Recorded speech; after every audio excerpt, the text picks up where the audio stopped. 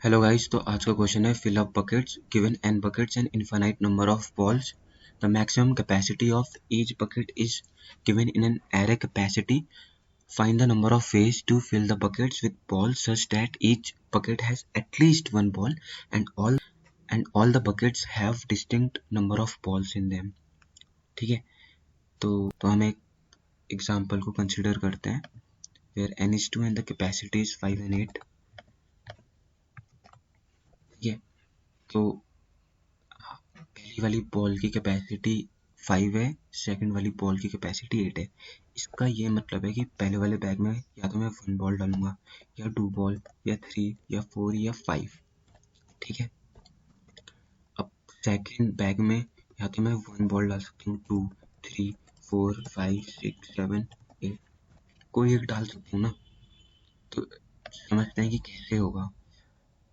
अगर मैं फर्स्ट वाले बैग में सिर्फ एक बॉल डालूं तो मैं नेक्स्ट वाले बैग को पता है कितने वेज में फिल कर सकता हूँ। और मैं जानता हूँ कि नेक्स्ट वाले बैग में मैं ये एक वाले को चूज नहीं कर सकता, तो मैं 7 वेज से फिल कर सकता हूँ सेकंड वाले बैग को। ठीक है, अगर मैं अपने फर्स्ट बैग को 2 बॉल से फिल कर देता हूँ तो मैं जानता हूँ कि जो मेरा सेकंड वाला बैग है ना, उसमें मैं 2 को नहीं ले सकता लेकिन बाकी सबको ले सकता हूँ। तो ये अगेन 7 पॉसिबिलिटीज हो गई। सिमिलरली अगर मैं फर्स्ट वाले बैग में 3 बॉल्स लेता हूँ तो जो सेकंड वाला बैग होगा ना, उसमें मैं थर्ड वाली पॉसिबिलिटी को एलिमिनेट करूंगा और जो रिमेनिंग पॉसिबिलिटीज है ना वो 7 है। 7। ठीक है, तो हम ऐसे देख सकते हैं कि अगर मैं यहाँ पर से एक चूज करता हूँ ना, तो यहाँ पर जो मेरे पास पॉसिबिलिटीज होती हैं वो 7 पॉसिबिलिटीज होती हैं आउट ऑफ 8 पॉसिबिलिटीज। ठीक है, और यहाँ पर चूज करने के मेरे पास नंबर ऑफ वेज है 5, है ना, और हर एक के लिए 7 पॉसिबिलिटीज मिल रही है मेरे को। तो टोटल पॉसिबिलिटीज कितनी हो गई? 5 into 7 that is 35। ओके, तो और एग्जांपल से समझते हैं। अगर हमारे पास दे रखी है बैग की कैपेसिटी 3 2 4, सबसे पहले पता है क्या करना है हमें? हम इसको ना सॉर्ट कर देंगे। सॉर्ट क्यों करेंगे अभी बताते हैं। ठीक है, सॉर्ट करने के बाद हमें मिलेगा 2 3 4। अब इसको पता है हम कैसे समझ सकते हैं? या तो पहले वाले बैग में मैं एक बॉल डालूंगा या 2 बॉल डालूंगा, मतलब दूसरे बॉल में या एक बॉल डालूंगा या फिर 2 बॉल डालूंगा या फिर 3 बॉल डालूंगा। पहले वाले बैग में या तो एक बॉल डालूंगा या 2 बॉल डालूंगा या 3 बॉल डालूंगा या 4 बॉल डालूंगा। हम इसको ऐसे भी समझ सकते हैं, अगर मैंने फर्स्ट वाले बॉल में 1 को चूज करा ना, तो सेकंड बैग और थर्ड बैग में मैं 1 को चूज नहीं कर सकता। अगर मैंने फर्स्ट बैग में 2 को चूज करा ना, तो सेकंड बैग में मैं 2 को चूज नहीं कर सकता, थर्ड बैग में मैं 2 को चूज नहीं कर सकता। अब सॉर्ट हमने पता है क्यों करा? क्योंकि जो भी पॉसिबिलिटीज इसके पास है ना, वो नेक्स्ट वाले के पास भी है और वो अनदर नेक्स्ट वाले के पास भी है। मतलब हमने हमने सॉर्ट पता है क्यों करा? जो पॉसिबिलिटीज फर्स्ट बैग के पास है ना, वो उसके राइट हैंड साइड पे जितने बैग्स है ना, उन सब पर है। तो हमने सॉर्ट पता है क्यों करा? जो नंबर्स फर्स्ट वाले पे प्रेजेंट है ना, वो नंबर सेकंड वाले पे भी प्रेजेंट है और थर्ड वाले पे भी प्रेजेंट है। तो अब फर्स्ट बैग है, या तो उसमें मैं 1 डालूंगा या मैं 2 डालूंगा।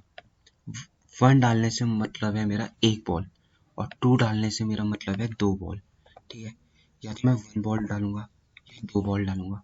Number of ways to fill the first bag कितने हो जाएंगे? 2 हो जाएंगे। एक चीज नोटिस करते हैं कि जब मैं फर्स्ट वाले बैग में ना मैं 1 फिल कर देता हूँ, तो क्या होता है? उसके बाद मैं जाता हूँ सेकंड वाले बैग पे। मैं सेकंड वाले बैग पे जाता हूँ ना, तो मैं उसमें से 1 एलिमिनेट कर देता हूँ और थर्ड वाले बैग में से भी 1 एलिमिनेट कर देता हूँ। तो सेकंड वाले बैग के पास अब कितनी पॉसिबिलिटीज हैं? 2 पॉसिबिलिटीज है फिल होने के लिए। या तो मैं 2 डालूंगा उसमें या 3 डालूंगा। ठीक है, या अगर मैं अपने फर्स्ट वाले बैग में 2 डालता हूँ ना, तो सेकंड वाले बैग में तो सेकंड वाले बैग में से मेरे को 2 की पॉसिबिलिटी रिमूव करनी पड़ेगी और सेकंड वाले बैग में या तो मैं 1 डाल सकता हूँ या 3 डाल सकता हूँ।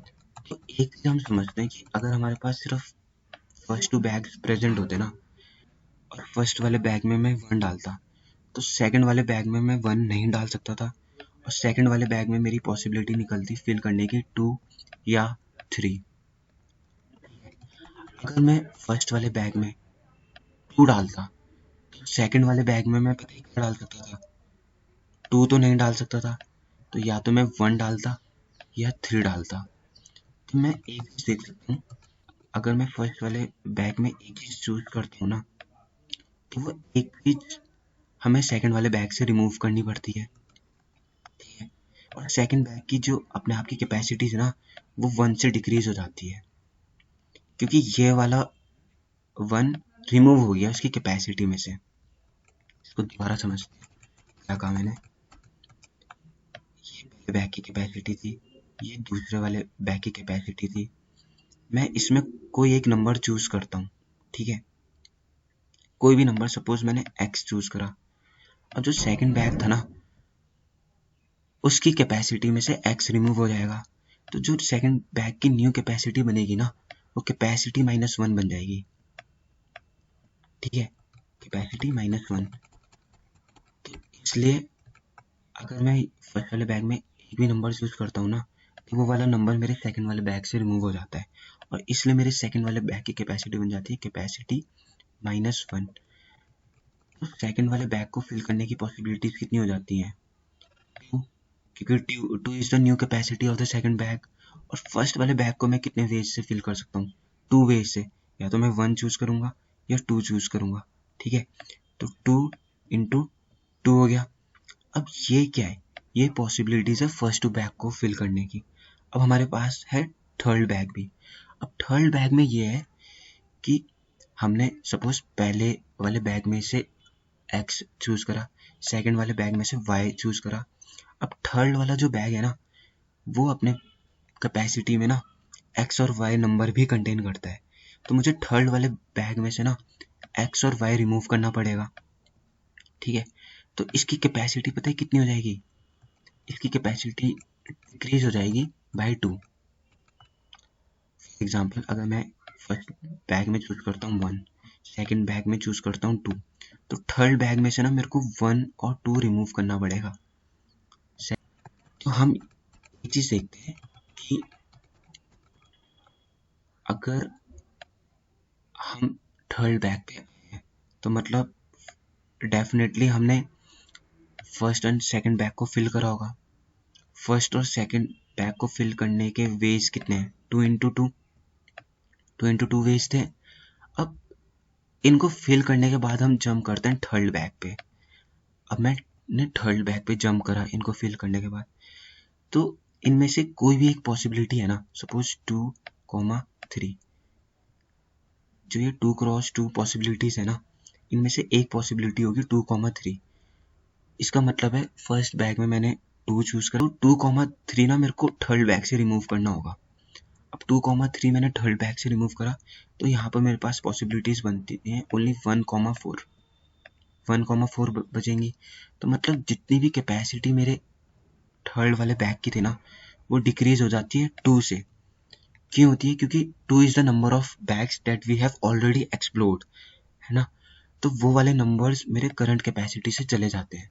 अगर इसके बाद एक और बैग होता, सपोज उसकी कैपेसिटी होती 10, ठीक है, तो मैं किसी एक पॉसिबिलिटी से फर्स्ट सेकंड थर्ड बैग को फिल करता और मैं फोर्थ बैग पे आता।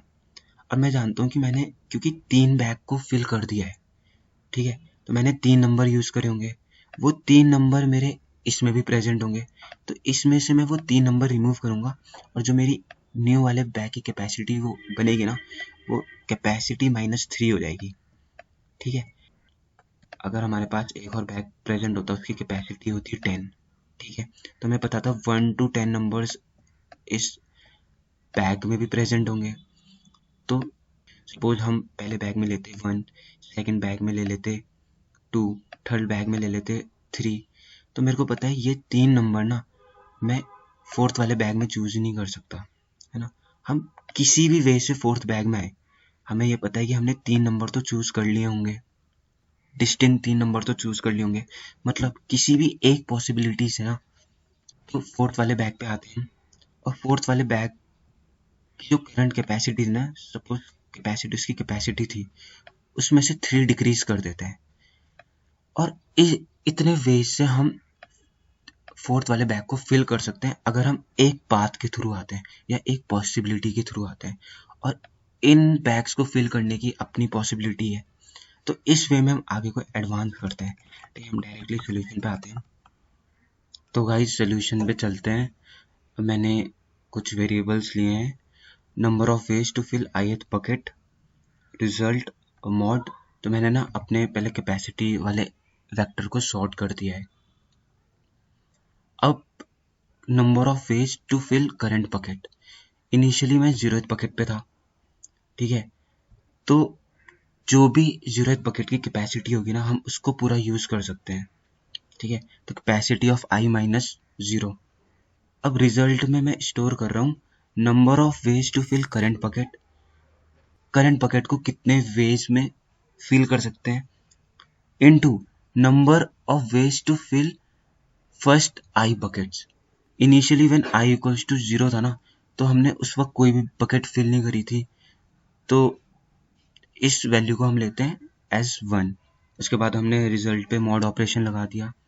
अब number of ways to fill i buckets, इसमें हमने रिजल्ट डाल दिया। हम आई इक्वल्स टू 1 पे आएंगे।